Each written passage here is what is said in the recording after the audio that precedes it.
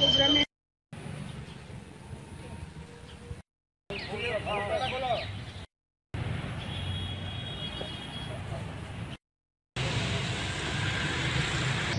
জানেন আজ ৩রা ডিসেম্বর ভারতবর্ষের ব্রিটিশ বিরোধী আন্দোলনের আপসহীন ধারার বীর বিপ্লবী অগ্নিশিশু শহীদ ক্ষুদিরাম বসুর আজ ১৩৭তম জন্মদিন।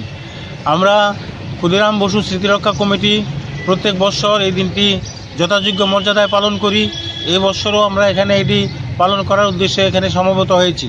বন্ধুগণ, আপনারা জানেন আজকে ভারতবর্ষের স্বাধীনতা আজকে ৭৭ বছর পরেও ক্ষুদিরাম বসুর যে উদ্দেশ্য নিয়ে তার জীবন আত্মাহুতি দিয়েছিলেন, গরিব মানুষের মুক্তি, গরিব মানুষের যে শিক্ষা, স্বাস্থ্য, এই যে অধিকার, এই অধিকার আজও বঞ্চিত, গরিব মানুষ আজও এই অধিকারগুলি থেকে বঞ্চিত।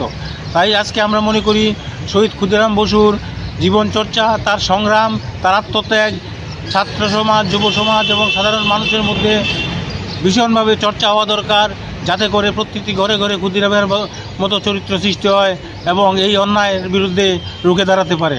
ধন্যবাদ।